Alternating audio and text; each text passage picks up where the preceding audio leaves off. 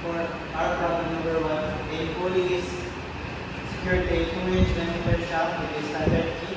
If the shaft transmits 2,000 inch power of torque, what is the tangential force pushing against the key? So we have a given of diameter is 2 inch, torque is 2,000 inch pound.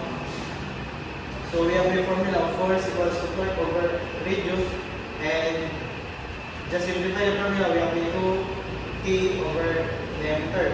Just plug in the formula, we have a 2 times 2,000 of torque over diameter 2. So we have a force of 2,000 pound. And for our number 2 problem, for the same motor and shaft as we have a given of 15 kilowatts and 900 RPM, 40 millimeter and 10 millimeter. Allowable bearing stress of the key is 120 MPa. What is the minimum requirement based on the ring? So we have been given of P is equals to 15 kilowatt, stress is 120 MPa, torque is 159.15 Newton meter, force is 7,957.5 Newton. So we have a formula of L, length equals to F over N over 2 multiplied by the stress.